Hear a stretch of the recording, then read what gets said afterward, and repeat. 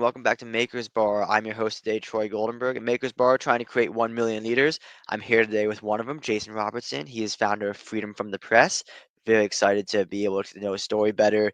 We originally met, the way I meet most of my guests here these days is via X, via Twitter.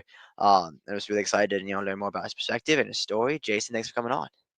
Awesome. Hey, Troy, thanks for having me on. This is exciting. Yeah. And thank God for Elon buying Twitter X, I because agree. how many conversations would not have happened without that?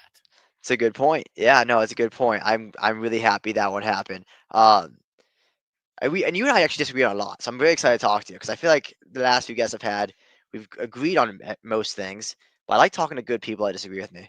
So, but this one is one that we do agree on. I was very happy he bought X because it was just when he bought it, it was 99% liberal, Right. 99% Democrats, and that is I don't care if you're a Republican or a Democrat. If you're a Democrat, like you don't want that in your company. That's just not good, especially a social media company. Like it's not good for anybody. So it was a really good thing. Now it's Well, almost you 50. say that classic liberals, they want free speech, but the current Democrat Party does not, you know. Yes, I would say classic liberals, which is probably where I best align. I have found over the past couple of years as I've um, just had started having these conversations more across the whole spectrum of people.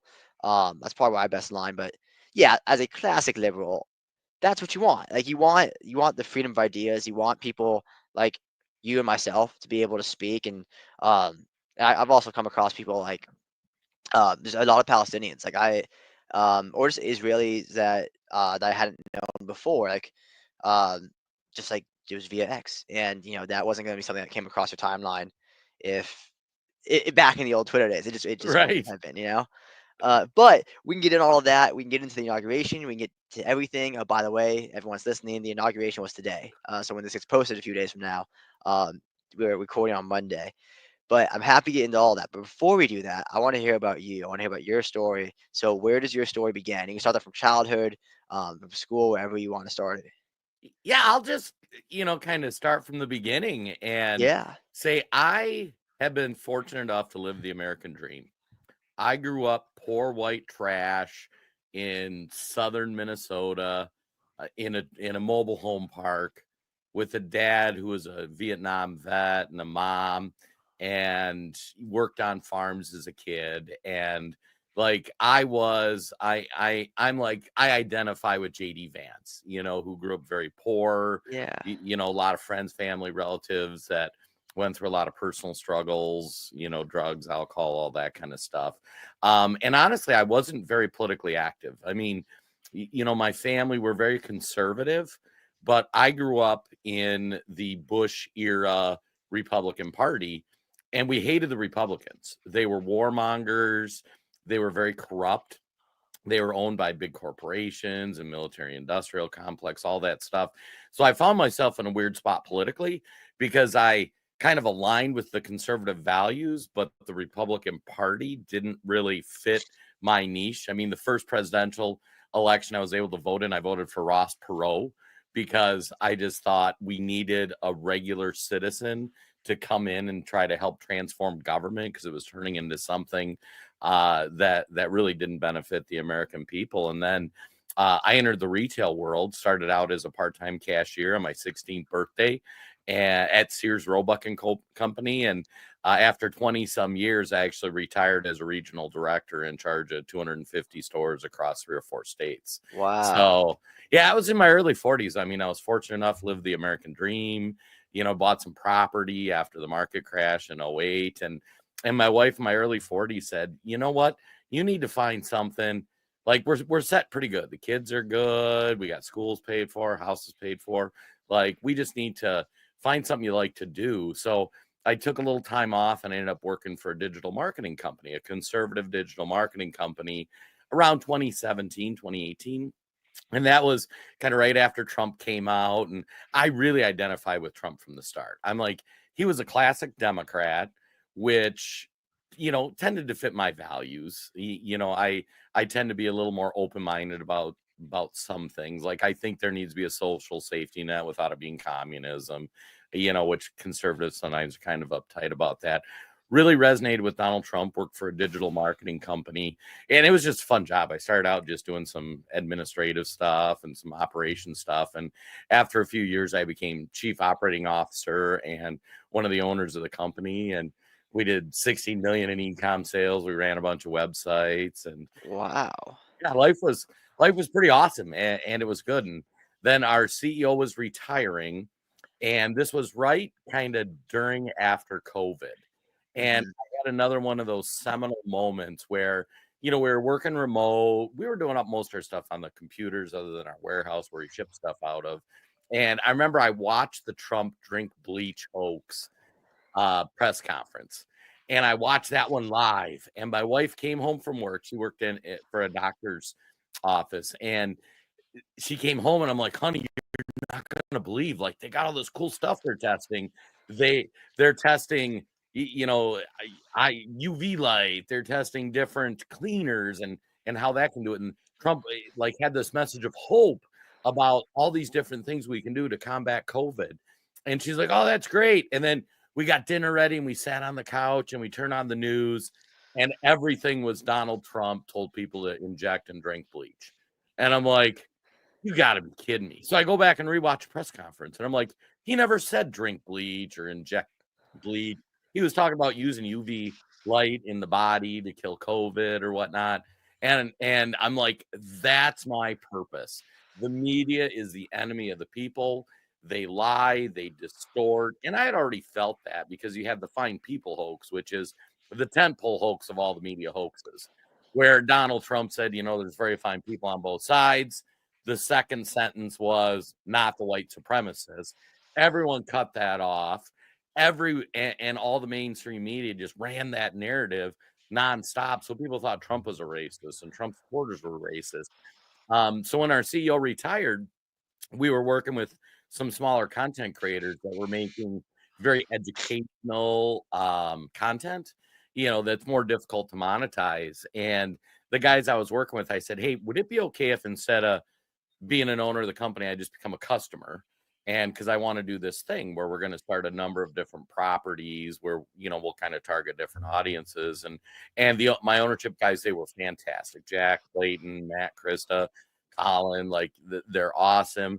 I became a customer, and then we launched Freedom from the Press with my new business partners. And really, it's the American Tribune network of properties.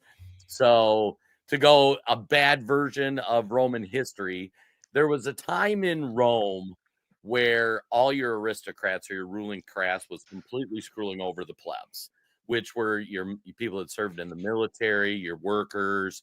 They were stealing their land, and there was no middle class in Rome. And Tiberius Gratian, who's our logo for our website, he was the tribune of the plebs, which meant he represented the poor people in the government. And his goal was how do we make life better for the plebs? And it started by unifying them because the elites like to have both sides kind of fighting each other. And then it evolved into how do we get land back from the aristocrats because they had screwed over the working man. And that's our goal at the American Tribune network of properties. How do we break through the media narrative? Have normal Democrats, normal Republicans, like just your average citizen, your neighbor, Mhm. not the blue-haired cat lady who had 29 abortions, like she's gone. But your normal Democrat neighbor and you as a MAGA voter probably agree on 70% of things, 80% Yeah. of things. And so how do you find that common ground to move the ball forward? So we run our main website, theamericantribune.news or .com, where we run, 10 to 20 stories a day, just real fact-based. Hey, here's what's going on. This happened. This is funny, that sort of thing. Very political. We run the American Tribune.news, which goes into other topics people don't like to talk about. Like Will creates most of our content for that. I mean, he'll talk about, like right now, he's been doing a series exploring Rhodesia in Africa, which is a fascinating Oh. study. I mean, he's wrote pieces about Mandela. He wrote about the Vindmans and kind of their corruption in Ukraine. So that's where we do some of our pieces that are a little harder to monetize. I mean, you can't run Google ads on a piece where you're talking about the Ukraine war. And then we run YouTube channels. We do a lot more on Rumble. We do some podcasts. So yeah, our goal is how do we unite the plebs, the everyday American citizens. How do we find that 70% we agree on? How do we get true news out to folks so that, like, because our elites want to separate us into camps and they want to say Trump's Hitler or all Democrats are communists. And the fact of the matter is that's not true. Most of your Democrats who believe the things they believe, they were just lied to. They were manipulated by the media with selective clips and, referencing the Fine People hoax. That's a great one because many Democrats think Donald Trump was condoning white supremacists, even though he flat out said, not the Nazis, not the white supremacists. They're awful people and deserve to be, condemned. So that's kind of my story and how I got here. So I tend to do more of the business stuff with the business. I work with Will and Todd, who are more of the content creators. I do some podcasting and stuff too. I'm on the Wayne Dupree podcast during the week, and then we do a show on Friday. Then we have a couple behind the scenes guy that help keep the operation going. So No, that's super cool. I would love to learn more about like the actual business side of it because I'm on for the most part here at Maker's Bar. I'm just one of the podcast hosts. I'm a leading contributor. I just kind of came along right after the founder because I had my own podcast that I know very unprofessional. It's kind of a YouTube podcast thrown up on right. Spotify. Yeah, and she came and she just kind of ran into my content and it's like, hey, I'm looking for a host and I'm really intrigued by the business side of things. So I heard you mention Google and we look at the politics I really want to talk about too, but um I'm interested like how have you found the most success? Like was it your marketing, like the Google ads, like what was kind of like the key to your success here that you've had? Well, so when I was with my previous company, I one of the things we ran was called Project Redwall. And what that was is you had a lot of conservative websites and content creators that had a hard time getting monetized. And so we hosted their website, we ran their ad accounts for them. We, helped coach them on content structure, that kind of thing. And as a digital marketing company, you're doing everything from email, social media to, the whole gambit. And what I find with most conservative content creators is they have a disconnect between content you can monetize through a monetized website and content you can monetize that you have to do through a subscription model. For example, when we do our Friday podcast, Todd and I, we do the first half of our podcast that we stream on YouTube, Facebook, Twitter, Rumble, all that. And the first hour, we talk about certain topics.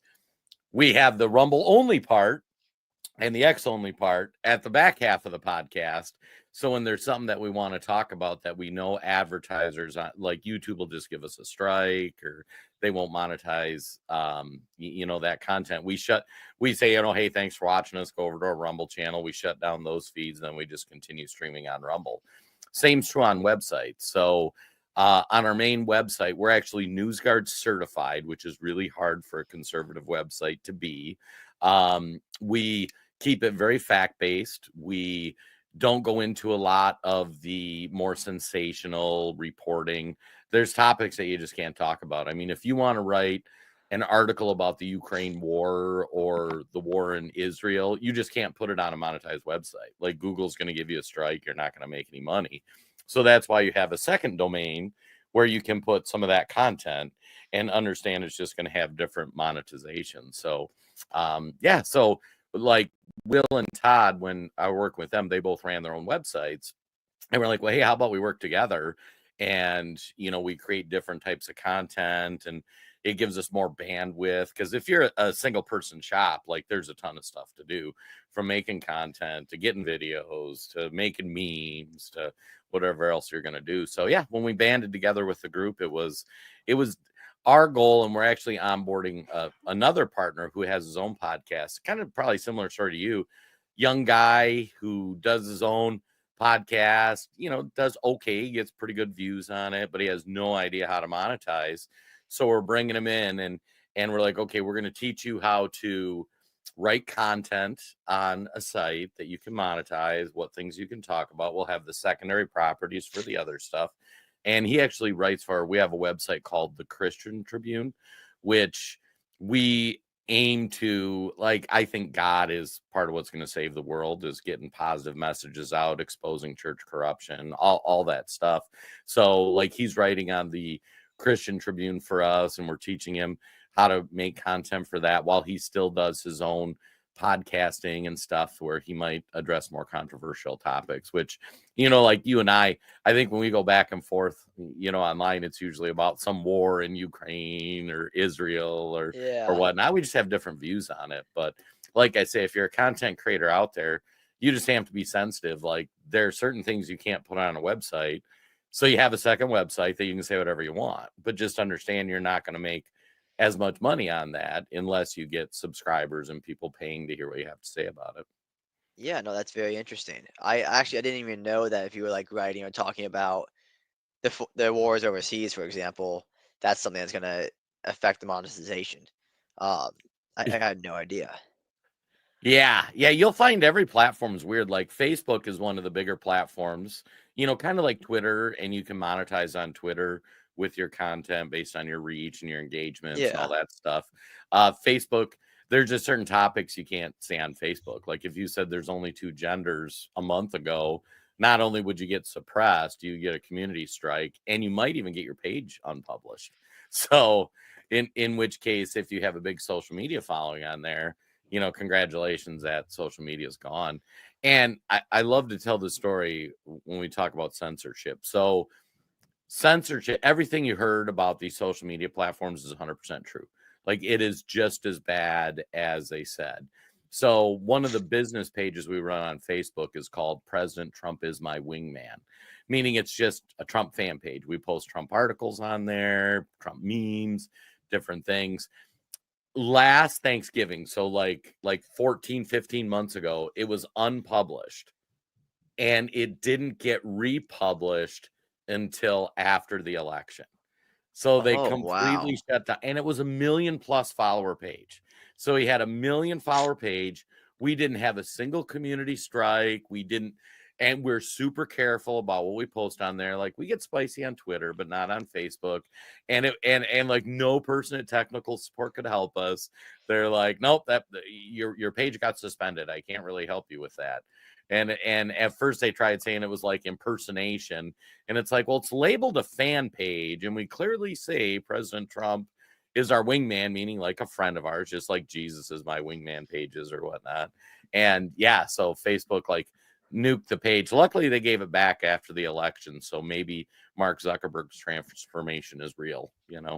Yeah, that is wild. I have doubts. As far as You're probably I right. I uh I see that's a weird thing for me as far as like I'd say my inability to wrap my head around MAGA and the movement is I understand how he kind of came to power as like a populist type leader. And in my mind, there's two ways you come to power. It's establishment or you're a populist. You become popular with the people or you're already kind of a part of the establishment. Uh, but that was 10 years ago. I was a teenager. That was such a long time ago when that happened. And now in my mind, I look at this guy and like my younger cousins, they never knew him as really a populist. Like this, oh, he's just he's a Clinton, he's a Trump, he's like that's how they know him. Um, and so when it comes even him now, but also like I think Zuckerberg's a better example. I think if you're one of my younger cousins, for example, let's say you're 16, 15 years old, you're just gonna think of Zuckerberg as a MAGA guy, Right and now, yeah. none of us will. Like no one that's older will. Um, like that's my thing is so much of it's very much establishment, but there still seems to be such a strong like just coalition of regular folks behind it. That did that like that didn't seem to fade away. And maybe something changes in the next 4 years, but I doubt it. The strong coalition of regular people, just like normal everyday humans, like that hasn't faded away, even as the establishment has. I mean, we saw the huge flip. I think another one that was funny was Lindy Lee. I'm not sure if you know who she is. She was like Oh a yeah.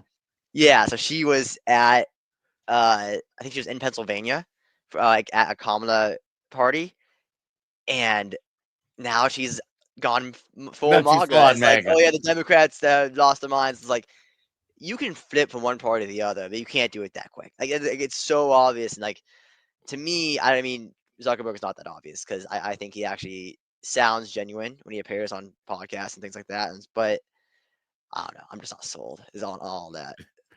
I, you know, trust is a series of decisions made over time. You know, you got to get a Yeah, pattern.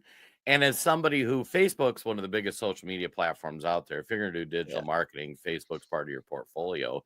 And like Zuckerberg was very hard to work with as a conservative for a long time. And it was hard to do website traffic or make any money through Facebook. But, you know, you figure it out. And that's why if you're ever a digital marketer, like your whole game is just treating it all like a video game. And how are you going to, you know, get product ads in front of people? How are you going to sell things? But you said something interesting. You don't understand MAGA. What I don't fully. I so just there's like an example. So like at least I'll give you a counter example of what I see on the other side. That I'm just like, this is insane to me, but I can see the line. I can understand the line of reasoning. Um, for example, the Free Palestine movement.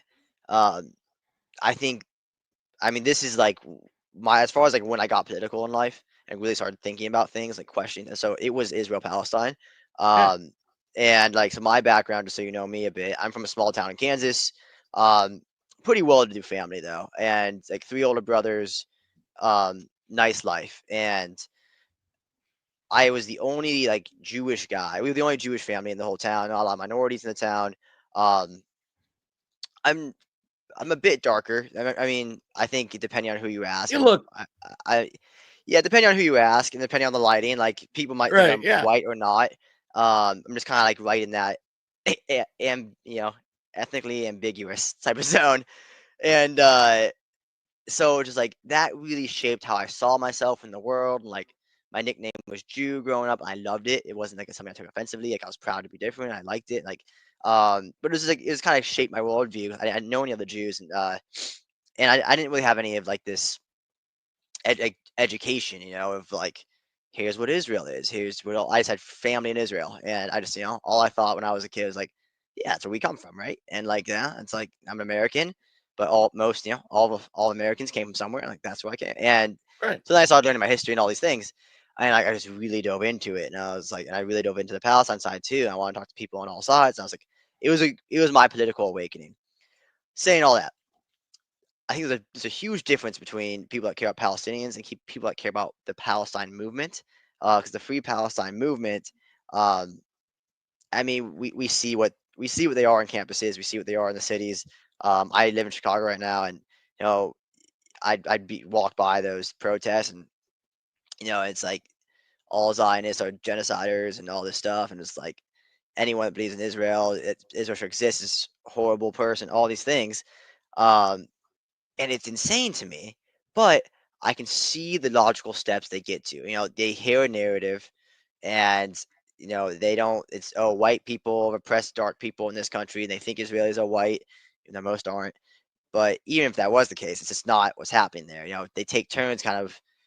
They're both kind of righteous victims in a sense, and like they take turns being the oppressor and victim, um, and it's just a very complicated thing, but I see how they get to this insane spot. I can watch the line of reasoning. With MAGA, I just can't. I mean, there are times I can, but so many times I look at it and I'm just like, how did we get here? I just don't understand the leaps of logic. An example being TikTok. This is something that broke my brain again. It's broken my brain a few times on the MAGA side. So I am so for the TikTok ban if they don't sell. Like if TikTok is not Chinese owned and operated, and to me it's very obvious what's happening here. The fact that they won't sell and make money, uh, because it's very obvious to me what's happening here. And Trump, and this is something I agreed with Trump on. And I agreed with all the MAGA influences on it back in, like, I think it was like 2020, where they were like, yeah, ban this. This is very clear. And I'm like, I'm with you. But then today, I don't. We can kind of discuss what maybe Trump has a different aim in mind. Maybe he's playing a game. But the MAGA influencers, the MAGA crowd, are very much like, hey, no, banning TikTok's a bad idea. It's just because Meta wants to make more money or this XYZ. And it's like, how did we get here? And that happens a lot to me with MAGA. I'm just like, I just don't understand the movement. Um, to me, and that's just like, I'm just gonna fully support. Trump, the person. Um, but that's the thing that does that make sense? Like those are the things that I'm just like I don't get it. Well, I can explain kind of both in context so that you Yeah. can kind of get some directional framework. So the TikTok ban, 100% of MAGA wants the Chinese Communist Party, who's running TikTok, out of TikTok. 100% to a It's like man. even like the Charlie Kirks and all them. I've seen them Even give their own Charlie takes. Kirk wants CCP Okay. out. Everybody understands how bad it is when they hit the button and they push the content. And you're a young person, you go on your feed and you can see who's feeding you what stuff. And we all know TikTok is feeding anti-American crap. You know, whether it's the transgender stuff or just the I hate America stuff or look at how great China is or whatever. Everybody agrees. Most of your MAGA influencers live through the Patriot Act. Is that a cat? Sorry. No, it's a dog. It's a It's a 130 dog. pound What a dog. beautiful dog. 130 pound dog. Oh Uh, my God. Bernie's mountain dog. See, Nice. there's 3 kids under 3 upstairs, and there's 2 dogs, and Oh my God. lots You're at a happening right now. zoo. Yeah. So most Americans, though, especially my age, we lived through 9/11 and the Patriot Act. Mm. And we understand the Patriot Act, which was good. It was right after 9/11, one of those seminal moments of everybody's life. We gave all this power to government, and government, after you got through that initial window, has just used it to use and abuse it to screw over American citizens. So the TikTok ban, as the legislation is currently written, and like I've done Twitter threads on it, we've covered on podcasts. It's a horrible written piece of legislation, and it is going to be abused like the Patriot Act was abused. So Real you're quick, could you left, just for some maybe my younger viewers that are kind of my age or younger, yeah, um, could you cover the Patriot Act very quickly and how that's been abused since its original purpose? yeah. So the Patriot Act, just to put it in perspective, pre 9/11, the government couldn't surveil you, and this is just a high level overview. Like it was illegal to surveil American citizens unless they did something to warrant being surveilled. We passed legislation called the Patriot Act in the aftermath of 9/11, which increased the government's powers to surveil American citizens. So, like, the FBI could not pay attention to what you're doing on your phone, right? And the Patriot Act, everybody got behind it because we had to stop more terrorist attack. We didn't want World Trade Centers to go down. But built in there were FISA warrants, which means the government can say, hey, you know what? Troy has been saying some stuff online. We want to go surveil Troy. And so there's FISA courts that aren't public. They can go get a warrant to surveil Troy, right? Mhm. And so that's kind of the first abuse. Troy says something we don't like. Maybe he has a terrorist connection. We go to a FISA court, which isn't public, and now I can surveil Troy. Now it gets worse because there's 3 degrees of Troy that they can surveil with that FISA warrant. So Troy, the FBI can surveil. Troy's, as me, as somebody who Yeah, only knows Troy on the internet and has engaged with him on the internet, they can surveil me as step 1. They can surveil my sister on step 2, and they can surveil somebody at my sister's work at step 3. which at that point, it's everyone in the country. At Like, that point, yeah, it's 7 yeah, degrees of Kevin Bacon. So yeah, somebody at my sister's work who's never even heard of Troy Goldberg can be surveilled off your surveillance warrant, which basically means the FBI can surveil every single person in America. And now some young people, ironically, are okay with that. Old people like me are like, man, I don't want the government surveilling my stuff. You know, like we believe in free markets, small governments, all that kind of thing. So when you look at the TikTok ban, and now if you would have told people when they were passing the Patriot Act, which I wasn't a fan of, I'm like, I hate when government gets power because they always abuse it. It's just continues like this has happened every single time. And the government at the time, I'm like, man, we shouldn't pass this. And I wasn't that politically active. I just knew I didn't want the government to have power. But if you would have told people to pass it, that basically gives the FBI, CIA, whomever, authority to surveil almost every American. Like they would have told you were nuts. But no, and then they just keep re-upping it. where initially it was going to be this like couple years we were going to do this surveillance. So the TikTok ban, kind of bringing it full circle, everybody thinks the CCP needs to get out of the TikTok. Everybody thinks that, you know, it's a good platform, like there's some positives from it, but the people owning it are running it poorly, to the detriment of America. But we don't want to give that power to the government, because they're going, like, next election, Democrats win. If that legislation's still in perspective, goodbye Twitter. Like, that's what's going to happen. So when you I'd be see shocked. See, that's what? like I'd be shocked. I'd be truly shocked if I think the Dems had suppressed as much as they were going to.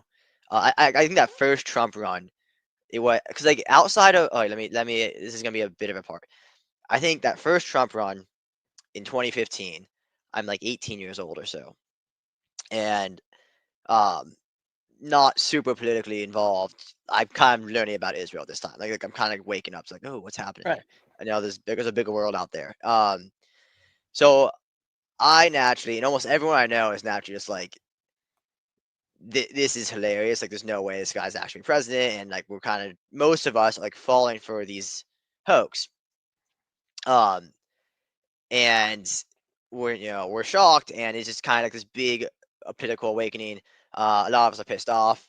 I mean, I back then I really hated Trump. I was like, I was just more like scared. I was like, what is gonna happen? Like, this is kind of insane. And this guy is gonna be in power. I was kind of scared of World War III, all those things that we might have thought about. But then you fast forward to even 2020, or around, but let's go before 2020. Even 2020 itself was just a different type of year, but 2019, uh, at that point, my entire generation. There's even in a Spider-Man movie about my generation, maybe a bit younger than me. Is like there's a line in there like, well, that's what the media says, and the media would never lie, and like, everyone knows. At that point it's over. After 2016, it's like we all know that everyone that it's not just Fox News and MSNBC, it's also CNN and ABC, and it's everybody. Um, like we're all very awake to that fact at that point. So there's a different environment, and I don't really think there's as much suppression of it. It wasn't to the point of it was that like it wasn't evolving past Twitter was already 99% blue, and we could all see that. And I don't think it was evolving past that point. Well, let me ask you a 2020 then question, becomes different Troy. though. Let me ask you a question. If Elon didn't buy Twitter, are we still living in the same fake news cycle that we were pre Elon buying Twitter? Probably, possibly, probably. I'll say probably. We also The never know answer is what could yes. happen there. Well, maybe a competitor pops up. He did spend $44 billion. If he put 10 billion into Right. something, really, you never like. Well, there were competitors. Like what happened to Parler? I don't even know Parler. Well, like Parler was a Threads conservative tried to alternative. compete. Um, yeah, Parler was a conservative alternative to Twitter when Twitter was lefty. They had Amazon shut down their servers. really. Yeah. I'll look You into that didn't one. know I'll look that? into that one. I'll look into that one. But also like going to 2020 though, I think 2020 was the worst year of suppression in my life. Right. Um, but Trump Yet. was still the president. Yeah. Oh my God. I hope it's not yet. But Trump was still the president then. So I couldn't imagine that it would have been that much different given a Democratic president versus a Republican president. Um, because like, if we're gonna complain about the suppression of free speech in 2020, which was the worst time it was, and also not even just free speech, freedom of movement. I tried to go to New York to visit a buddy, and I was vaccinated, but I just didn't have my stamps on my vax card, and I just couldn't go anywhere. I was like, Right. man, this is insane. So all of that, not, I mean, that was a blue place. That was a Democratic Well, and ran place, even but the 2020 yeah, suppression. I mean, have you ever heard of Project Mockingbird? I've not heard of Project Mockingbird. Seriously? Seriously. These kids, go on the Google. It was a real CIA program that there's actual documents on, where they worked with people in the media, and they basically fed the media stories. Like, and the intelligence community's control. I mean, did you watch like the hearings in Capitol Hill about Twitter and Meta and all those I things? watched a couple. I watched a bit of it. Oh, I watched all of it. Yeah. Like they were being communicated to by the by the FBI, CIA, all those sorts of agencies to control what speech was allowed. It's not a conspiracy theory. Like, I mean, it's really what happened. I'll look into it, and I would grant you the uh the laptop story, for example. Like, these are the things I understand about the market movement of like Well, and let's use the you're laptop against that story. establishment. Yeah. The laptop story, if that's not suppressed, does Trump win 2020? Yes. I most 100%. likely. I would say most likely because the economy is really the big end all be all. Because like here's for example to be a centrist for a second, which is my usual leaning. Um, in 2020, I think the real reason Trump lost was because COVID hit and the economy went to shit, and it Right. wasn't his fault. And I think the real reason that Kamala didn't win and the Kamala lost is because, well, now we have all this inflation coming out of COVID, and we did better than any other modern country in the world, handling on inflation and all of those things. Our economy, relatively speaking to the rest of the world, was fantastic. Even if it was horrible, compared to what we're used to.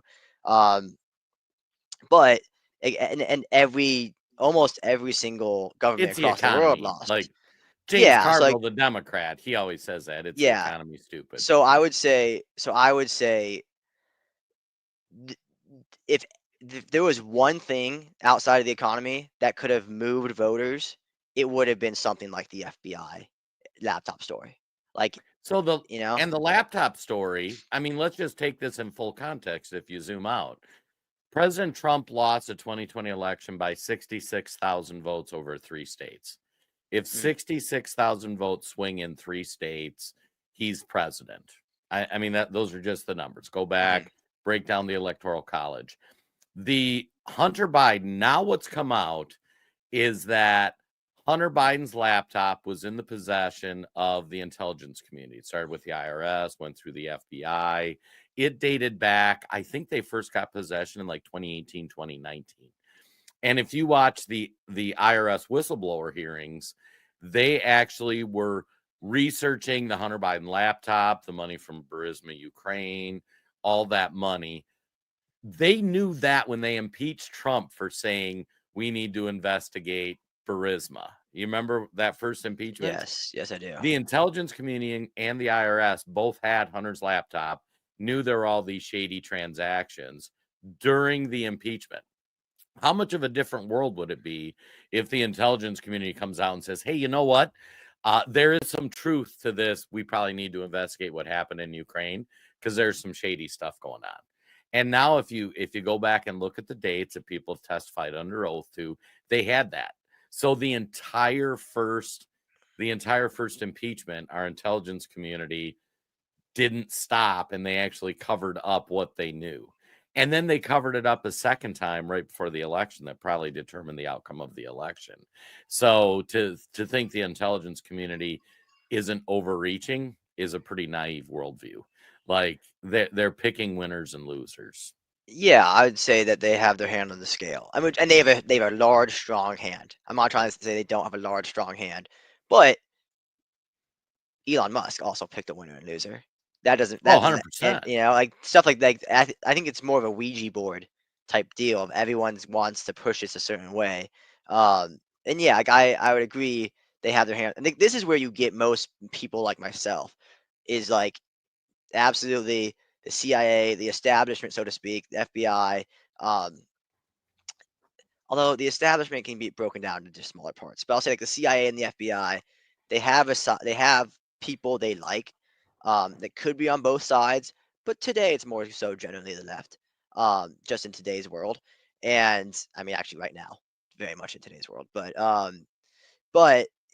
like here's why I'm getting stuck with like when you say everyone in MAGA wants TikTok, in China. Everyone's a euphemism. Obviously, it's not Yes, every yeah. single person. Here's why I think we really like get our big disagreements on Twitter, and like I just did this with a Palestinian buddy of mine, a British Palestinian buddy, um, Twitter buddy, Twitter friend. I mean, it's weird. We live in a new world. We have our old friends from Right, childhood, and now we make new right. friends like this. It's awesome. But there's a guy I go back and forth with a lot on Israel Palestine, and um, and we're kind of just going back and forth on this like the ceasefire hits and there's just this whole narrative change that's happening into we Palestine won the war, Hamas won the war, and it's the whole thing's happening. And I was like, dude, weren't y'all just saying this is a genocide? And he was never one of those people, but he's like, weren't y'all just saying this is a genocide? Like, I just don't understand what's going on. He's like, and he starts saying things like, no one actually like. He's like, no one actually thinks we won this war. Like, it's such a small minority of people. But then I start sending him like, here's a guy with 100,000 followers. Here's a journalist with 50,000 followers. Here's a Hamas representative. Here's another like these are real big names that they're all saying this, and I see that from yeah, it's MAGA. I mean, I try to break it down into a smaller subgroup. That's why I can't. Maybe I'm just not involved enough inside that side of the politic to be able to break it down into smaller groups because I see these big names like reporters and maybe just a lot of them are influencers with bot farms. I don't really know, but for example, one of the fights we got into, Twitter fight, not really a fight, but Right, one of yeah. the discussions we got into was the H1B thing because what I'm seeing, I think you're just a really good guy, and your followers tend to be really good people, and the people you Sure. follow are really good people. So you're not seeing this as much, or maybe at all. But like what I was seeing is I'm fine with H1B as long as they're European. I'm fine with this as long as I'm fine. I'm like, and so much of it just came down to this racial component that I didn't even really hear your argument, like the good moral argument, until you said it to me. And I was like, okay, if there's someone that wants a cooking job and they're already here, that makes sense to me. That just give it to some Americans already here versus the H1B person. Uh, so you said everyone's a euphemism, which is obviously true, but that there's a lot of that in there. I'm just like, oh man, it, it Well, it's hard to here's get the behind some energy you things. have to here's the Yeah, energy you have to understand from many on the MAGA side. And when I say everybody, it's obviously yeah. not Everyone, everybody. I know, But I know. but so many on the MAGA side. I'll give you a homework assignment. All Do right, you I'll watch take pro it. wrestling? I don't. I had a friend, one of my best friends growing up did. So I watched it a little bit at his house. You've seen pro wrestling. Yes, I've seen pro wrestling. Yeah, Okay. yeah. Is pro wrestling real? No, No. it's scripted entertainment, but they're It's athletic. scripted entertainment. Go back and watch pro wrestling from the 70s and watch the crowd and understand all that crowd thought those two guys were really fighting for real. So when you see like the Von Erichs fighting Nikita Koloff, the Russian, they really thought they were fighting. They did not understand they were watching scripted entertainment. Growing up in the 80s and 90s, that was kind of when people woke up to this is scripted entertainment. And that's when like people learned, and that's when they changed the name to sports entertainment. This really isn't real. Our political class is like that now. Mitch McConnell and Chuck Schumer are friends.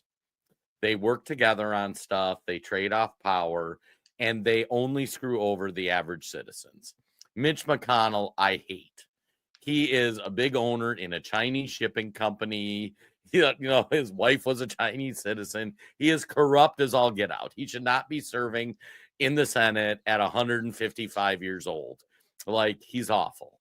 But he's part of that political elite that controls the everyday people. So American folks, like part of why we rallied to President Trump is we were sick of our political class lying to us. We were sick of them screwing us over, continuing to make life worse for us. And when we saw somebody like President Trump, go back and watch 2016 debate with Hillary, where she's like, "You're a tax cheat," and he just looked at her and goes, "I just follow Oh the God. tax laws you passed." every American, all the MAGA people are like, yes, that's it. H-1B visas, same thing. Like it's the whole thing's a scam. So in college, you're too young. When I was going to college, I would have to get a student loan and I would have to apply, say this is what I'm going to study, this how much of a student loan I want, and they would have to approve it like a business loan. If I wanted a Mhm. $100,000 business loan, I'd need to submit all this stuff. My college would then say, "Are you sure you want to do that? You're not going to make money to pay off your loan." And like that's how the whole thing would work. Well, then they said, "Oh, hey, everybody needs to go to college. Let's make loans more available." Well, as soon as you make loans, and you can't forgive them, they can't be Yeah. bankrupt on. So, and Republicans did that. So, as soon as you do that for the lenders, what's going to happen to the lender? They're going to give out way more loans, right? So the Absolutely. lenders start giving out way more loans. So then what do the colleges do, which are mainly benefactors of the left? The colleges stop caring what you're going to school for because you can't default on your loan and there's more money available to your loans. So all of a sudden you get all these worthless degrees. I mean, when I sat down to go to college and my college guidance counselor, they're like, yeah, Jason, you can study that, but you're not going to make any money. Like, why don't you do XYZ? And XYZ programs might have a higher failure rate. Right now, as a college, if you go in and say, I want a college degree, I want to do basket weaving, the college has zero incentive to say, well, basket weaving's great. You're not going to ever make any money. And maybe you should do engineering so you can fill some of these jobs. And if they get somebody to go into engineering, engineering is going to have a higher failure rate. It's going to cost the college money. So there's a reverse incentive. So then but colleges make a ton of money, give a bunch of money to politicians. Lenders make a bunch of money, give money to different politicians. Meanwhile, kids your age and younger just keep studying bad programs that aren't jobs we need, aren't the future jobs that we need.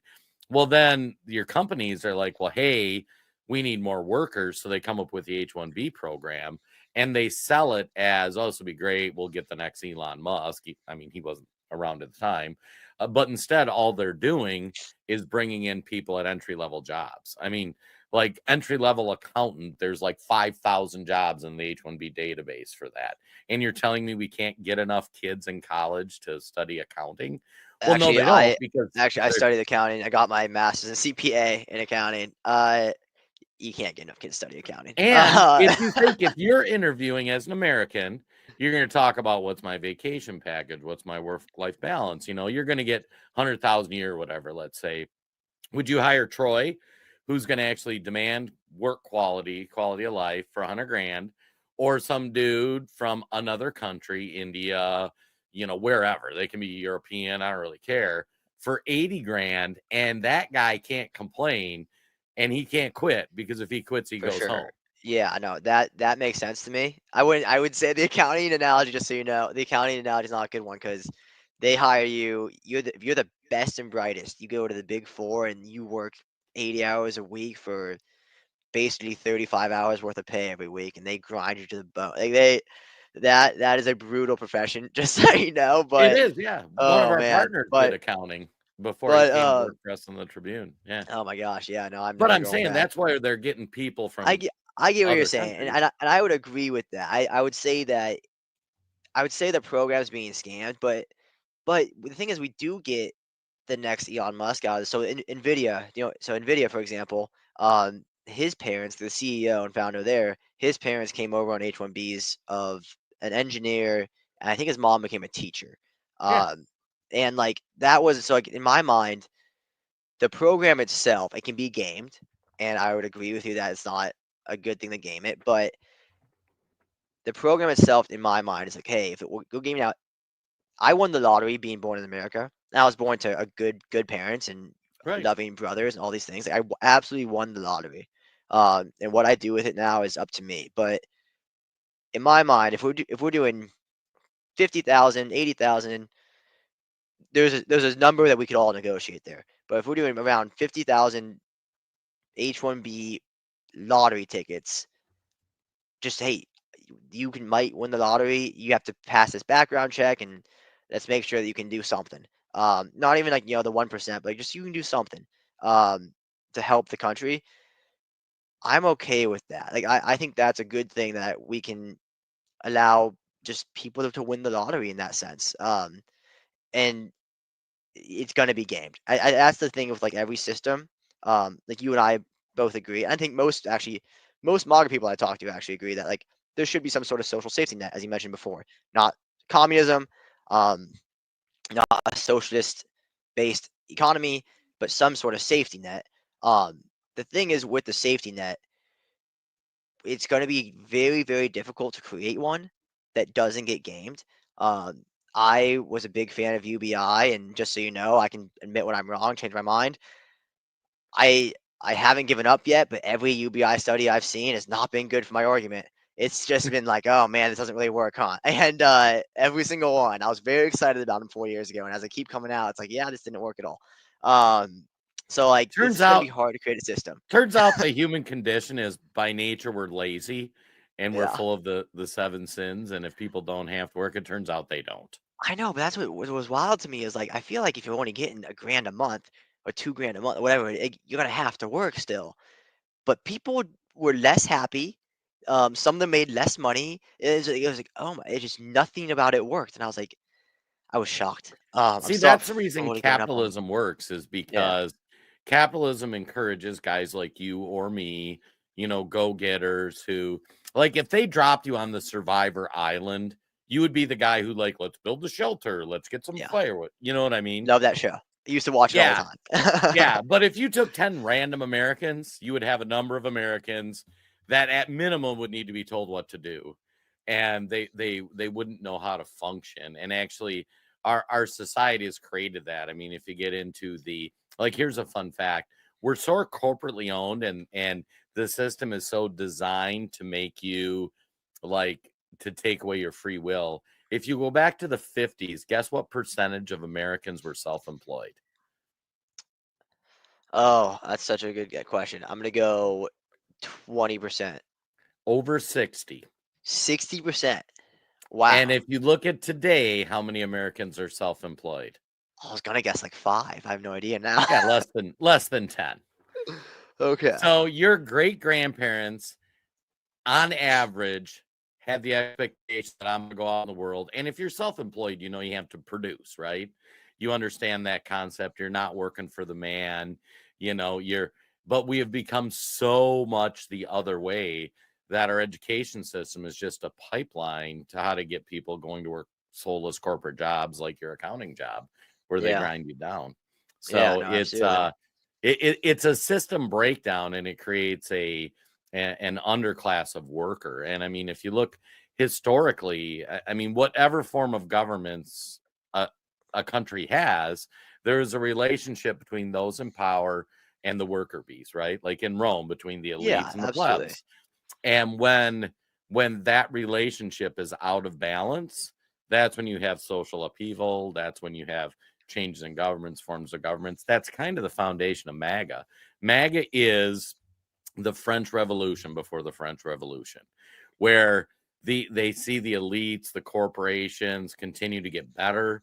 You see like jobs are drying up because we're importing all this crap from China or other countries. And there's this breaking of the social contract between our elite class and the working class. And guys like you and I, like I grew up dirt poor. I lived the American dream. I found a way to play the game and get through. Not everybody can. Too many people are stuck, and every year they see their prices go up. Even something like death taxes. Like I used to be able to like build a company or whatever and give it to my kids. I can't even do that anymore because it all gets eaten up by the government. So yeah, I mean, MAGA represents a foundational shift of everyday Americans who are just sick of getting crapped on, and they just that's why sometimes they're too loyal to Trump. They're too hesitant to call out Trump if he has a bad policy or does something silly. But I think, like I say, most of the MAGA movement just wants life to be better for the everyday middle class citizen. I see. I can see that, and I get behind that completely. I'm very, very behind that. Very with that. It's is the loyalty part that freaks me out a bit. It like, um, to me, it very much rears its head into a cult of personality of Oh yeah. what he says goes, and it's just, and there's so much of the what it is now is, are you just the number one measure and really the only measure is, are you loyal to Trump? And that freaks me out because, again, like the crazy left, I don't like their ideology that they're loyal to, but they're loyal to an ideology. It's a dangerous, horrible, awful ideology. It should never go on anything anywhere close to the mainstream. Um, but I understand the ideology, and the ideology that drove MAGA to Trump, I understand, and I'm actually pretty with that. Like, um, I would consider myself on like the establishment, populist spectrum. I lean a bit I lean a bit populist. Um, but I guess less so than I thought. I maybe, maybe just this is all learning experience for me, but I lean a bit populist. I understand that mentality, and I think it was man, it was so long ago. But I think it was Ben Shapiro that had the quote of people think that Trump is here to like kill the American politic, but it's like, no, Trump is here to bring it to its grave. Like he's one of the guys holding the casket, bringing it to its grave. Like that's what Hopefully. Trump, and that's what Trump. So like that was like way back in 2015, 2016. Um, maybe that was a 2016 quote. I can't remember, but a while ago. And that I understood, and those are the parts of MAGA that like 2016, 2017 that could click to me like right away. Like I get how this guy won, and um, I started looking more. It's like the Clintons and all these things. Like, oh yeah, I understand why people don't like this, and um, it just freaks me out that it's like all that matters is that we're loyal to Trump, and that freaks me out. I don't like how I don't like where that can lead. That type of like Well, what you authoritarian. have It to leads like understand is authoritarian mindset. It's like just calm down. Like both that's stuff like that. political sides are in the same place. We're only fortunate that the left hasn't had a charismatic leader like Oh, Barack I'd be Obama. I'd be terrified if the Obama. So it's very charismatic. That's a good example. If Obama had just no, I don't think anyone's Trump. Like, don't get me wrong, both generational political talents, but I don't think Obama could have done what Trump did. I truly believe he could say any policy he wants to say, and he'd get a majority of his followers like, let's do it. Anything at all, and it's just like I don't think Obama could do that. I don't think he was that. He was very Oh, dude, charismatic, but pre-Obama, we were the least racist we've ever been in the history of the country. Like you yes, talked but about growing up, like I had black friends, I had Asian friends, nobody cared. Like I yeah, remember but as a I young man, when you say that there was what's his name? I'm not gonna remember his name, but he wrote The Coddling of the American Mind, and like this is very much my generation, and like I don't think that really had anything to do with Obama. I think maybe Obama, like he definitely exacerbated some things, like the cop thing. You could tell when Obama talked, he was very anti-cop. It was pretty easy to tell even he's as a a teenager. communist, dude. Um, uh, he, I Read think his he's a. book. I read one of them. It was a long time ago, but I read one of them. It wasn't to me. I was like, "Oh, okay, that was cookie cutter." Like I was like, he was when he first wanted the senator. When he first became a senator, he wrote a book, and I read that one when he was president at some point. Uh, but the thing is, like, what it really was that got us all into this woke was good, and that quickly became very bad. Um, was that social media took over my entire generation. Like I was the last generation to not be a kid. I mean, to be a kid and not have Twitter and Facebook. Like Right. this came along when I was like 13, but it's like, Yep. and that's when it really started like to do its thing. But when I was 13 to 17, all we saw was like every single case, and it turns out it's not that many, but you're just seeing this day in day out. But every time, like that, an innocent black guy got killed, and I can recall these. I can't really call the names. I don't remember Trayvon Martin. I remember there's this black guy that got choked to death, um, for selling cigarettes, and like you saw all these videos, and it's just like this is insane. Like we really do have a problem here, don't we? because that's what you're seeing, and you're 14 years old, and it's like, and I just wouldn't put that on Obama. There's little things I could, but the grand big thing that happened, and again, the Caught in the American Mind broke it down very well. And I read that one when I was like 20 something, so it was kind of like a reflection on my Well, past. Like, oh yeah, this is what happened. here's But where I just want to Obama put Obama. Yeah. exasperated it. How many times did he bring up, who was the one kid that stole the cigars and then tried to take the cop's gun and got shot? Michael Brown or It was in Missouri. Um, yeah. yeah, yeah, I I know what you're mean, talking that about. whole thing, that was a justified shooting, in my Probably, opinion. yeah, yes, I would think so. I remember having an argument with my dad about this at the time, where I was like, we brought up the pictures of the cop. So I was like, "You're telling me this cop was attacked?" And because my dad's, he's a dad, and he's been through this all, and Right. he's like, he knows, like, he's like, "Hey, man, media lies," and I remember, like, you shouldn't shoot a kid, and so you shouldn't shoot. You should be able to do something to put this down. And he pulls up the pictures, and he's got these light bruises, and it's like, oh, maybe, and it was kind of having this back and forth. And I actually did get him to stop. This is so funny. This is such a long time ago now. Not the death, but uh, I remember I got him to stop. Whenever I got my dad to stop and hesitate, it's always a win when you're a kid. You're like, oh yeah, made a Right. good point. And I was like, okay, what if one of my brothers stupidly, very dumb, attacked a cop? What would you have wanted that cop to do? Would you have wanted him to, like, use a taser and do everything he could to stop this kid? Or would you have been set, or in that case, would you be saying, it's okay, it's justified that he shot the kid? And my dad stopped. I was like, oh yeah, nice, good point. And like, fast forward, I understand that you're a cop and you're scared, and like, you're also a human being. Um, but the whole point is, like, those events, and I forgot about that one in Missouri. Those events, like, they were happening, and it might have been 10 a year, right? But like, you're seeing this once a month for 4 years, and it's just like, oh, we really have a problem. Well, let me break this Yeah, down. So the Missouri one, Michael Brown, I yeah, yeah, think, yeah, whatever yeah, the kid's name was, he goes into a cigar shop. First, he's a giant of a man. There's no way to know how old he is.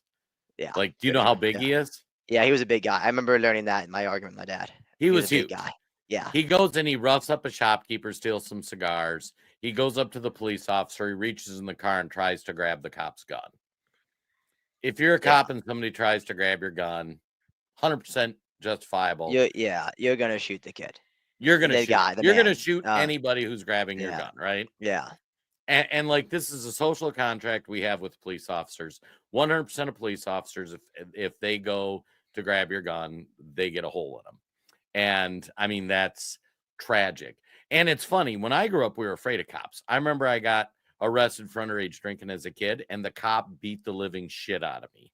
He oh bounced jeez. my head off the hood of his car. He roughed me up. My dad called. And of course, me, I'm like, God, I kicked my ass. We should file charges. And he's like, were you resisting? I wasn't really resisting, but I wasn't cooperating. And I Yeah. go, yeah. And he goes, I wish he would have done more to you, son. And like, that's how we grew up in the 80s or 90s. Like, you knew, like, if You know, you I if you remember went at the being cops, they were going to kick your ass. And my dad was not going to call the police to say, you roughed up my son. They like, because like that was like my dad was happy I got my ass kicked. I had to yeah, go to school with a I get what you're saying. Yeah. yeah. And My if you look actually too remember. on the stats, though, back to the Obama thing, Yes. there was this narrative that Obama could have stopped because how many it was funny. I saw a poll. This was during the George Floyd riots where they were saying how many white cop or black men or unarmed black men are killed by white cops. And at the time, like most liberals thought it was like over 1,000, but it happened to be like 9 that Yeah, year. no, it was like around, yeah, it was around a very small number like So that. in your case, where you like those 9 each year that they were showing and poisoning the mind of our kids, Barack Obama could have just come out and said, you know what? Understand, here's the real numbers. Like this is happening to 5, 6 kids. It's tragic every time it happens, but like this is by no means the bulk of America. And then it changes everything. Coming from a black man, like that would have been so powerful, Yeah, but healing for the also country. the thing is, it's hard to say that as a black man, because you also understand that you're going through life because I mean, I don't know Obama's life, but you're going through life, and like this is affecting your life, and you are seeing. So one part of those studies was you are way, way more likely to get pulled over. You are way, way more likely to get arrested if you're black. And it was part of the exact same studies. Got released by the same person, and replicated now by Harvard, who and this Harvard guy got destroyed for it. Black professor, I can't remember his name at the moment, um, but he got destroyed for it because he also published the number of deaths, the number of people getting killed, and it was very, very low. And everyone at Harvard's like, "Don't publish that part." He's like, "Screw you! Like this is important to know." So like the point is that like, you are dealing with things as a black man. Not obviously not everyone, but a lot of people have dealt with these things, and you are recognizing this and you're sympathizing with that as Barack Obama. You're right. He should have come out and said that, especially like I assume he knew the statistics. He should have, and there was a social responsibility there as a president to do that. But you also understand the pressure of just the internal pressure of like how this is going to come off. You're going to come off as I'm not sympathizing. I'm not recognizing this thing you have to The deal truth with is the in your truth. life. Yeah, no, for sure. And But he went but the you other see it. way. He kept Yeah, hearkening no, he to did. their names. You know what Yeah, I no, mean? he did. But also like there is something there too. Like the Trayvon Martin thing. Um, that one was wild to me that the Zimmerman guy didn't face charges of any sort, um, because he followed Trayvon, and it was like, Mhm. what? It's like, oh man, well you can't do the stand your ground thing and follow the kid. If you're chasing this kid, you can't do the stand. And so there are like legitimate things, and and there's just no way that and again he should have done it. He should have told the truth, but there's no way that with all the bad faith in the world that happens, like he's just not going to be seen as this kind of like traitor to black people, um and you can even His see it. duty is to His Americans, duty is to America, not to 100%. black Americans, not to Yes, white, not to yes, Latino, not to Asians. absolutely. And that's I one agree thing with that. people don't understand. Like the hyphenated American, like F those guys. Like you are an American. You are not a African American, an Indian American, a Jewish Yeah, American. Like when you come to America, you say, these are my brothers and sisters. These are my community. I don't care what absolutely. race you are. I don't care what religion you are. We're going to share these same set of values and we're going to make this country great, you know? And Barack Obama was trying to pander to the black community. He didn't like imagine if Barack Obama said, "You know what, black community, if you guys want to make your life better, how about you make the dudes be quality dudes that raise their kids, and then the women only pick quality dudes, and we keep a nuclear family together, and let's I would find a way to." never I would never if I was president, I would never say that. And I get what you're saying that there's I understand. I've seen the stats and the arguments of the culture of African Americans that there's a fatherless epidemic. Yeah, Um and like the thing is you could trace that back to the 60s though. Something happened during the civil rights movement that something happened with welfare, really is my estimation. But something happened during the welfare civil rights movement that it also affects all Americans, by the way. It's not just black Americans, it just affects them the worst. poor people in That general. Yeah, so poor exactly. And I think that's the big thing in America today. And I think that's what most people want to hear. Is that and I think it's the truth, by the way, is that there are problems that you can run into as a black American, as any type of American, white American. There's specific problems because of your ethnicity or because of your race that you can run into. I would argue that you run into most of them as a black American from the conversations I've had and from the statistics I've seen. But the hardest thing to be in this country is poor. And Yeah, it's a poor thing. most of the problems are just coming from being poor. And because of our history, so much of the population that is poor now is black. Is And black. yeah, so like there is a historic grievance there. And I would never just like you could say that in a certain type of way, um but I couldn't come out and do that. And like in here and to move it to like another example of like this would be so difficult for someone to do, just kind of related back to me again, is like I could never imagine um a Palestinian, a pro-peace Arab Palestinian, let's say, not that that would happen in this country, to be honest, but an Arab wins the election, becomes president, um, and they're very, very pro-peace between Israel and Palestine. Something happens, they're very pro-peace, super, super pro-peace people. Um, the amount of bravery it would still take for that person to say, I'm a Zionist, is just an insane amount of bravery because of what the context, what the connotation of that word for the Arab community is. They don't hear that word and think, oh, you believe Israel has the right to exist. Although I mean, a lot of them don't think that's true, that Israel has the right to exist. But they hear what they hear because the narrative they've been fed is so different versus when I hear that word. It's just like, yeah, of course I'm a Zionist. I don't want my friends and family over there to be killed for being Israeli. Like I think Israel should exist. Like, um, and I have the whole history of that, of how it became to be and all those things. And um, but like I I don't get upset at my Palestinian colleagues when they refuse to say they're Zionist, and a lot of my like Israeli friends will get super pissed off. It's like they are though. They believe it's like, yeah, but like if they were to say that, you lose all credibility. Like that. It doesn't matter what else you say. Everything else you say, no one's gonna hear because you said this word.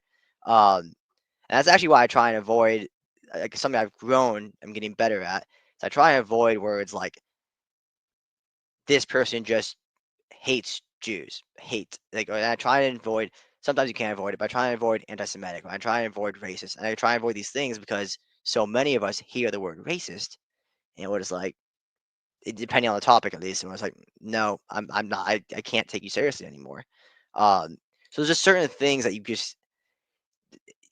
when you say it, unless you put it in the perfect way. And again, Obama could have put things in the perfect way. He definitely had that ability. But there's so many things that when you say it, unless you put it absolutely perfectly, people are just gonna, nope, screw you. Like, I don't want to listen to this But anymore. but here's the thing with Obama, okay, to Yeah, understand how much damage he did to our country. So I grew up as poor white trash in a mobile home park in southern Minnesota. When I first moved to the Twin Cities, my first job was in North Minneapolis. I was the one white dude with all the black people, right? hmm yeah, The I would go to the VFW with the guys after work to have a beer. We were working retail. I'm the only white dude there. We made every joke possible about me being a honky or yeah, like, do you want spicy mayo on your like we made fun of each other, right? yeah, And as a poor white dude, I related to a poor black dude. Like we had very similar lived experiences. In my crowd growing up, they took meth. In the black community, they took crack cocaine. Like, okay, we take different drugs, the poor people, but it was very similar. But like we identified as Americans. After yeah. Barack Obama, my lived experience, if I would have done that same path, was different. They would have looked at me weird. And I'm saying people forget before Barack Obama, we had reached that point as a civilization. I mean, go back and watch 80s comedians making race jokes. Like we just laughed about it because we all identified as Americans before we identified as a hyphen American. Like our I first get what you're priority. saying. I just disagree on the causation. I agree with the correlation. It was exactly that time period. I just I I'm think it's just saying Barack coincidental. I think it's Obama as a coincidental. black man could have said something like, "Hey, you know what? We need to get back to families in the community," or he could have phrased it way better than I did. Instead, Yes, he yeah, I get what you're blamed the saying. racial hatred. And, then we start talking about equity and we start talking about all this dumb stuff, right?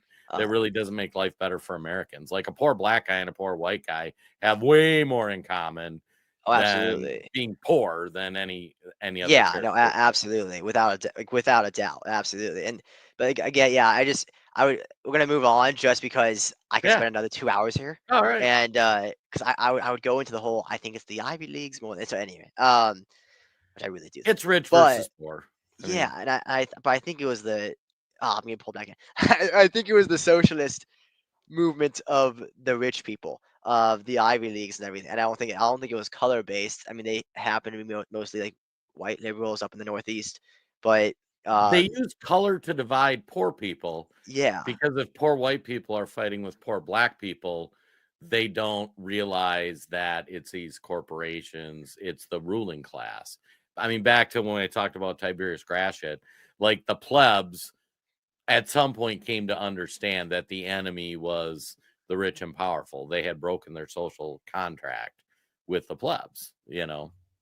yeah, no, that makes sense. But we're an hour 15 in, Yeah, and let's talk again. We'll go down that whole we rabbit hole because I will. really want to. But I would love to hear your thoughts on inauguration day, your hopes for the future, your expectations, like what you hope to see um, Trump and company be successful in these next few years. Well, let me just say this. You believe in God, right? Yeah, You're kind in of a a sense, churchy guy. I'd say a universal truth and Universal God. power. Yeah. Yeah, like maybe not exactly Yahweh. But like something's there. I think. There's a God. There's some powerful, benevolent force that is behind all of this. So Donald Trump's a businessman. I said the first person I voted for was Ross Perot. And that's because I wanted somebody to go in and approach government like a business. What are we spending money on? What kind of a return on investment are we getting? Are we making the country better? Should we be in this or not? You know, the government's way too involved in all of our lives. I think Trump, when he went in 2016, he believed the BS the Republican Party sold him.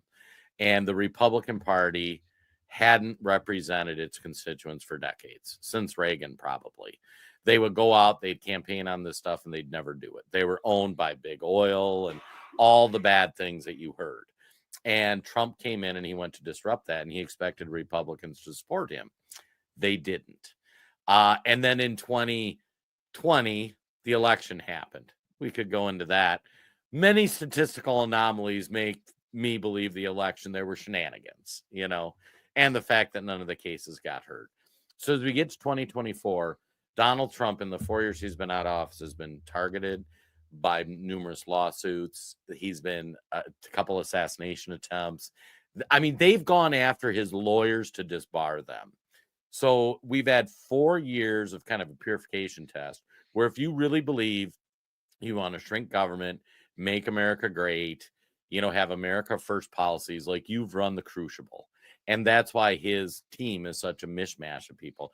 Like, who would have thought Tulsi Gabbard, RFK Jr., Elon Vivek, and Trump with Kash Patel? Like, nobody's ever seen a political movement like this. I was funny on my podcast we do every day. I was saying, day one, I want Trump's arm to get sore with the executive orders. I want him to reinstate the border. I want him to start building the border wall. I want him to get government focused on government. I want agencies shut down, like entire agencies. We have the largest federal government in the history of mankind. And our founding fathers, if they would understand how big this federal government is, they would die. Like, this was the exact opposite. I got my bathroom remodeled. I had to get 4 permits to get my bathroom remodeled. Where's your building permit? Where's your electrical permit? Where's your plumbing? It's the most ridiculous thing ever. This half your money you make is going to go to some form of federal, state, local government. Like, none of this stuff should exist like this. So I'm hoping that at minimum Trump secures the border. I hope the deportation effort is successful. And I think I'm not saying everybody needs to be deported. Let's start with the criminals. Like, let's work our way down from there. I hope he institutes some fiscal common sense in government, which involves shrinking government, getting government out of our life. And the most transformational thing I hope for President Trump is he addresses the tax code and the tariffs. Because I think part of all of this breaking down of society is because of tax code and tariffs. And you don't know, like McKinley, like you don't understand there was a day in America where you didn't pay income tax. Like, and that day wasn't that long ago, and we were one of the most prosperous nations ever. And When was that? I remember a long time. I remember I actually studied this back in my master's, which was unfortunately getting further and further away. But yeah, I'd have to look uh, up the year, but it wasn't that long yeah, ago. okay, yeah, no, because I remember studying all this at some point. I remember seeing that, and I remember seeing at one point I almost got to 90% of if you in the top tax bracket. one of my hottest takes is that our tax system, while it can be reformed for sure, is pretty damn good. Once I had Oh, to it's go horrible. through it for a whole, once I had to go through it for a whole year, I was like, I'm not saying you can't lower taxes here or there, whatever it may be, but the progressive tax structure, um, the rich pay most of the taxes in this country, and I think the rich should pay. I actually think, again, one of my hottest takes is I think the poor, like not myself, like I'll make a ton of money, but like not talking about me. I think like the poor, people that make $20,000 to $30,000, at some line in there, they should pay zero taxes. Like you should pay your local community tax and maybe 1% state tax, and like that is it in my opinion. I can go. I have one podcast with a tax attorney guy. Um, I need to do another one of those, but it's been a while Well, since I it's brushed up on funny that because one. if you But look yeah, at the whole thing full circle, part of why we have a $30,000 a year person is because we import so much crap from other countries instead of forcing our own companies to make it here. And it's a it would, circular argument. but And things if would you be go more back, expensive if they made it here. Like but certain things here's would be the way more thing, go back expensive. and study the corn laws in England. What happened is England had kind of a closed system. And they grew their own food, and it forced the people, the landowners, to pay good prices for the food so that the farmers could afford to, buy their own food, that sort of thing. When they started importing cheaper foodstuffs from other countries, it decimated the middle class because you didn't need them to work. I mean, think of the argument you're making. We have people making $30,000 a year, but we have to bring people in for accounting jobs from But India. most people, not most, I shouldn't say most, but a lot of people that are making $30,000 a year or $40,000 a year, they're just coming out of school, and or they're 18, and like, actually, my age group. I guess I'm a zillennial. I'm right on the edge of millennial, Gen Z. But Gen Z is the richest uh, generation ever for their age. Their average income is like 40K something, versus back even the millennials, their average income, like my oldest brother, when they were coming out of school, their average income was something like 25 to $30,000 a year, and he was in that boat. Like he was very much like not making money, um, just because it's like an entry level out of school job. This is a whole conversation. We gotta have another. We gotta Yeah, have another yeah, one. I'm in.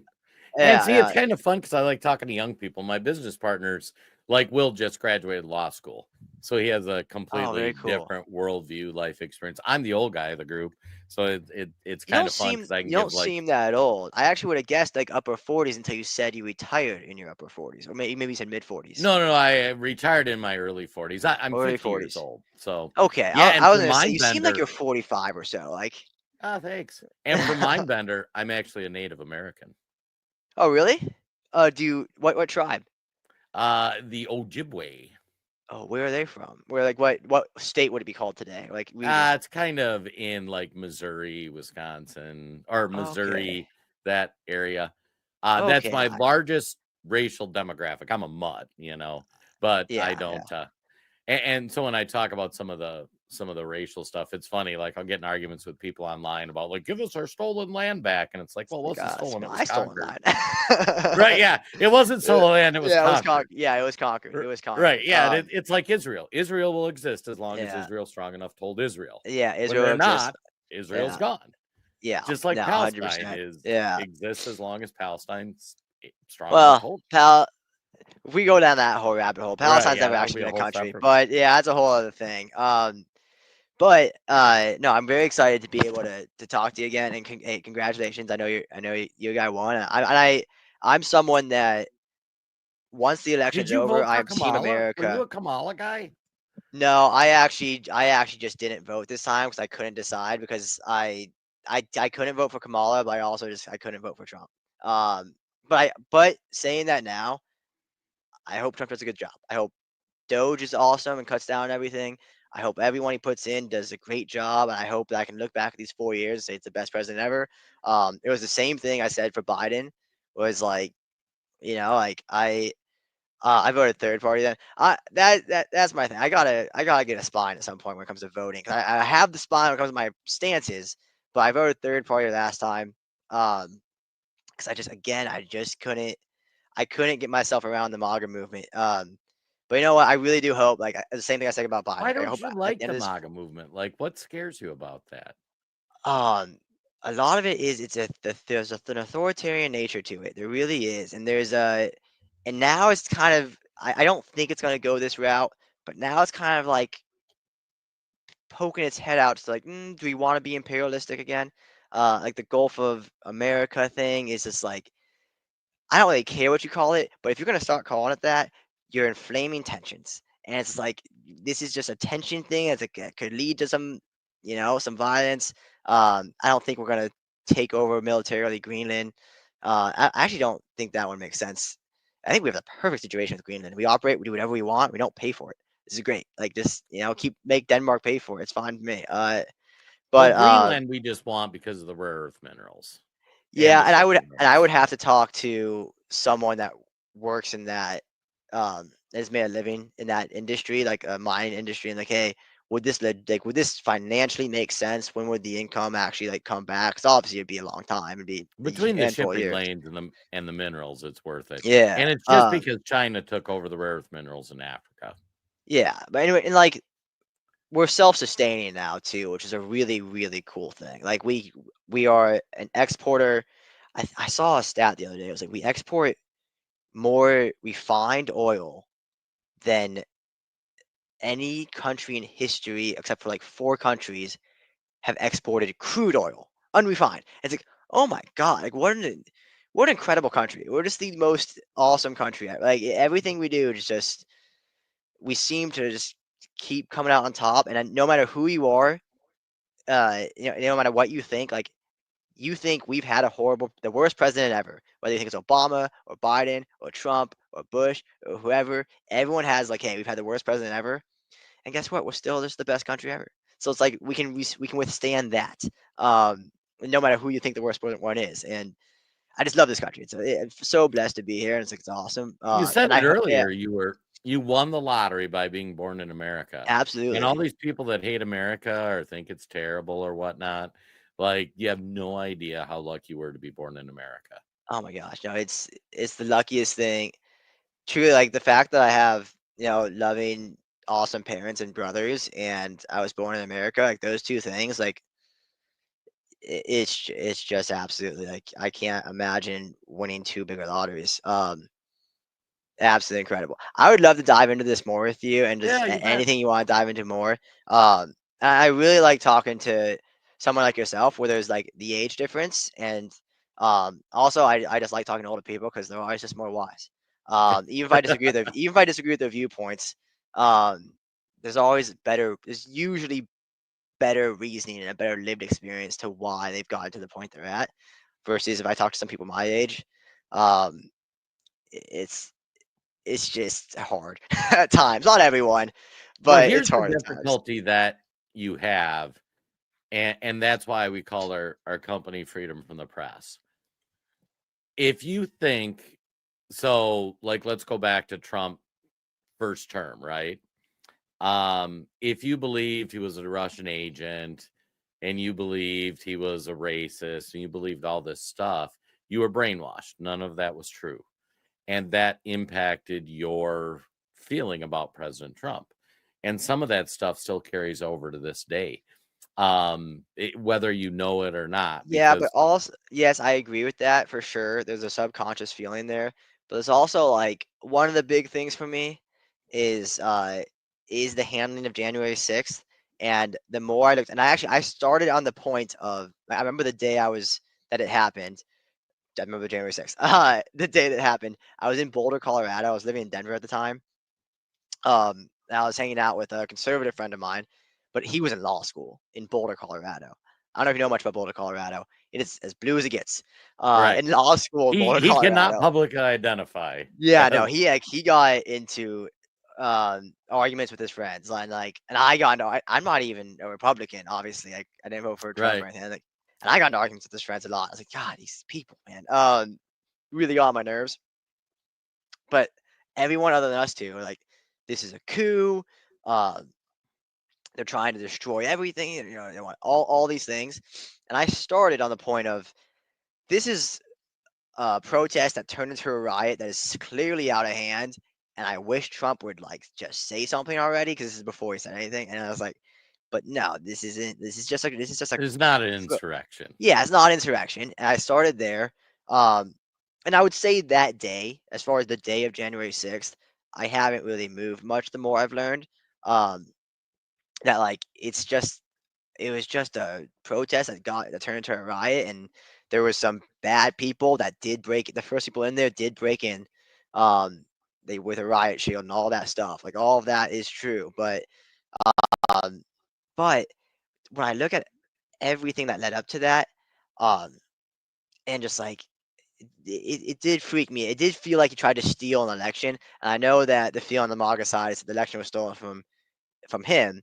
But everything he did that led up to that, which we could talk about, because again, this would just be a long, long time. Well, The let me more give I you a little learned, homework yeah, then for your yeah, January 6th, and we'll do this again. We'll talk January yeah, 6th. I would love to. Okay. Do you remember when Barry Bonds hit 100 home runs or whatever the number was? Were you Yeah. Oh, alive then? I remember when. I remember when he broke the record, the 752 Yeah. or 715, whatever it was. I remember that So home run. for me, as a huge baseball fan at the time, I saw Barry Bonds' head is 3 times the size it used to be. And I saw Barry Bonds go from like 30 home runs to 70 home runs. And just as a critical thinker, I could look at that and go, something's funny, right? Now, do you think Barry Bonds used performance enhancing drugs to hit that many home Yes. runs? Yes, I do. Yes. At the time, if you said that, people called you crazy. But if you're at all a critical thinker, look back historically, you say, here's some empirical evidence that's compelling. And then here is some statistics that don't make sense. Do you know what bellwether counties are in the election? There's like 19 of them. I don't know the term. Okay, so if you dig into elections and the statistics, there are 19 counties in America that generally, if are the indicators of the election. It's proven most elections right, like for like 40 years. Trump won all the bellwether counties and lost the election. First president to ever do that. If you look in Georgia, pre-2020, mail-in ballot rejection percent was around 7-8%. Signatures don't match, things aren't postmarked. When mail-in ballots exploded, the rejection percent went down to 1%. Weird statistic. We have the FBI who like we talked about, if they would have just confirmed the laptop, Trump probably wins. So the FBI kind of picked their hand on So the I'm scale. with you on the FBI thing there. Yeah, The rest of it. So we have to. We should do that. We should have. we'll We do should that. dedicate. Yeah, we should dedicate a I'm 40 just saying minute, there's a lot 30 of minute. stats that look at. Now, if you look at the court cases, there's like There were 100 court 60. cases. There were 64 court cases that ran. Right. 63 of them he lost. He won one. I think he won the one. I think it was the Georgia one. It might have been the Pennsylvania one actually. I'm forgetting it at the moment. Now, you want mind blown though, of those 63, how many were dismissed for standing? I no hold on. See, this is why I have to refresh everything because I thought that Right. there were like hundreds of cases and most of them got dismissed and maybe it was dismissed for standing, but there were 64 that like ran and like he There were just 64 lost. that ran that were heard before. There was like 100 filed, 64 the court heard, and Okay. uh, all of them virtually were kicked because of standing. So no evidence Okay. was presented. Pennsylvania was the funniest one. They have in their state constitution that if you want to change mail in ballots, you need to have it as an election item. It's in their state constitution. You can go read it. They filed before the election saying they're changing the mail in ballot laws for this election. And they said you don't have standing because you've not been negatively impacted. So you didn't have standing. You can't sue because nothing's happened. After the election, 10 days after the election, they file the court case. The court dismisses it and says you don't have standing. So they never Oh, saw any of the evidence. so I have a quick yeah, we have to do this. Right, yeah. I'll go research everything again and I'll keep my notes. Right, yeah. We'll do it again. But I do have a quick question. It's like if it was stolen in 2020, Yep. how come when Trump was in office, Yep. how come when Biden's in office, they couldn't steal it again? Wouldn't they have a better? Wouldn't it be easier this time to do it? They gained mail-in ballot. I mean, if you just want to take on the surface, the intelligence community swung enough votes with a laptop. Step one. Step two, mail-in ballots. Like, look at any statistics on mail-in ballots, and they were an outlier. They were Barry Bonds hitting 73 home runs. Like, none of these with the COVID, what they did, rejection Yeah, rate. the COVID for sure. That was the whole mail-in thing, and like, oh gosh, see, now I want to go into it, but we don't have time. But I'm just saying there's yeah, enough stats in that election that you saying the election was legit is you saying Barry Bonds 73 home runs was I legit. disagree. I disagree. Um, You've to already me, conceded 1 point with the laptop. well, yeah. So the laptop, but like that's so there's a difference between unethically going to win an election and stealing it. Straight up, you lost the election and you stole it versus that's a very, very unethical way to try and win it is the laptop thing. So there's a difference between those two things. Um, and I remain very unconvinced, extremely unconvinced actually, and I'd have to go back and do all the homework again because this was a topic that I did this research like before I had the Makers Bar platform. Where now we get tens of thousands of views, but I'd have to go back and do it again. And you know what? I'll even stream. I need to get a streaming service myself again here because I need to get my YouTube up. Right.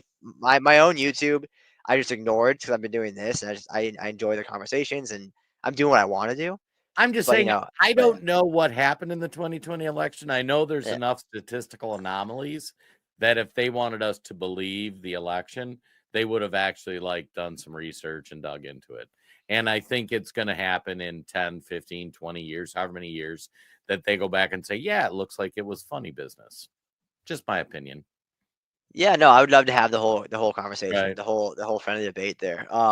But we'll cut out like 30 to 45 minutes of that the next time we talk. Right. I'll bring my notes and do my research before then.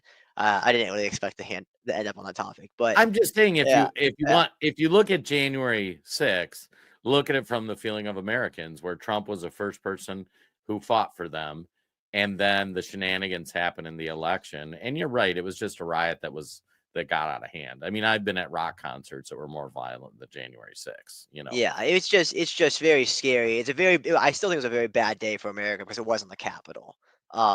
Like that Right. in my mind, it's a very, very bad day for America. And a Dude, I'm from historic day Minneapolis. and They all burned that. down Yeah. our city. Right, 100%. Also horrible. But those are also different.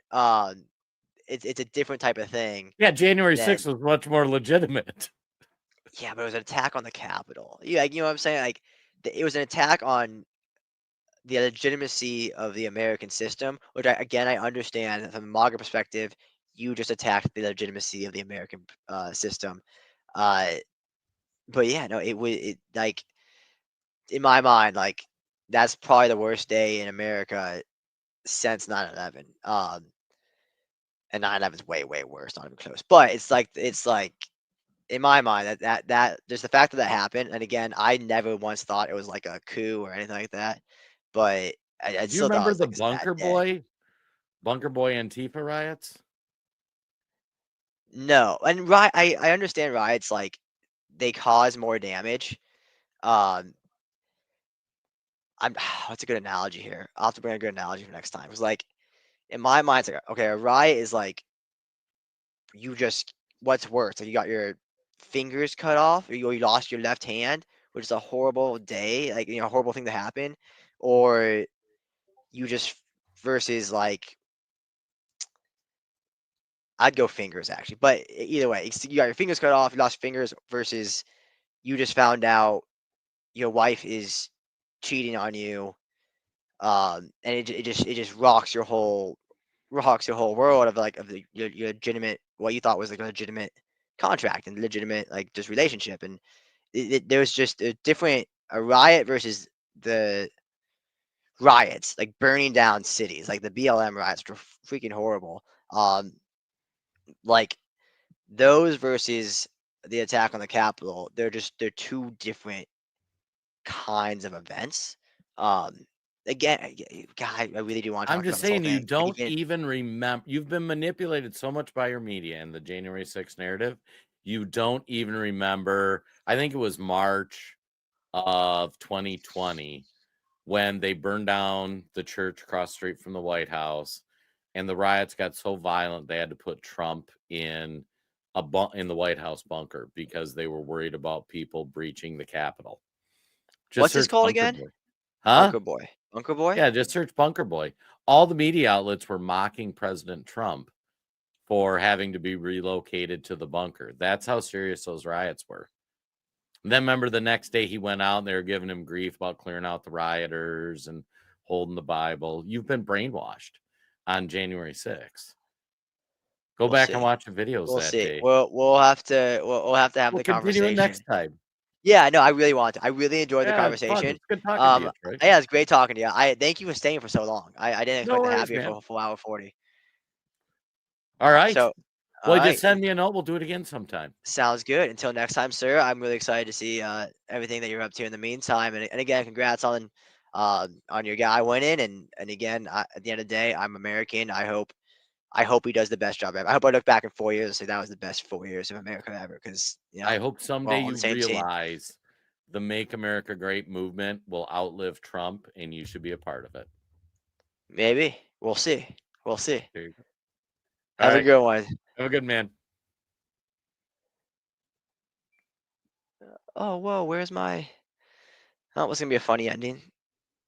They got rid of my They got they rid of your moved. They outro? moved they moved it. It moved. It was originally under the intro video. But here's my outro now. Jason, again, Sounds thank you good. so much. I really, All really right. enjoyed the Take care, Troy. conversation.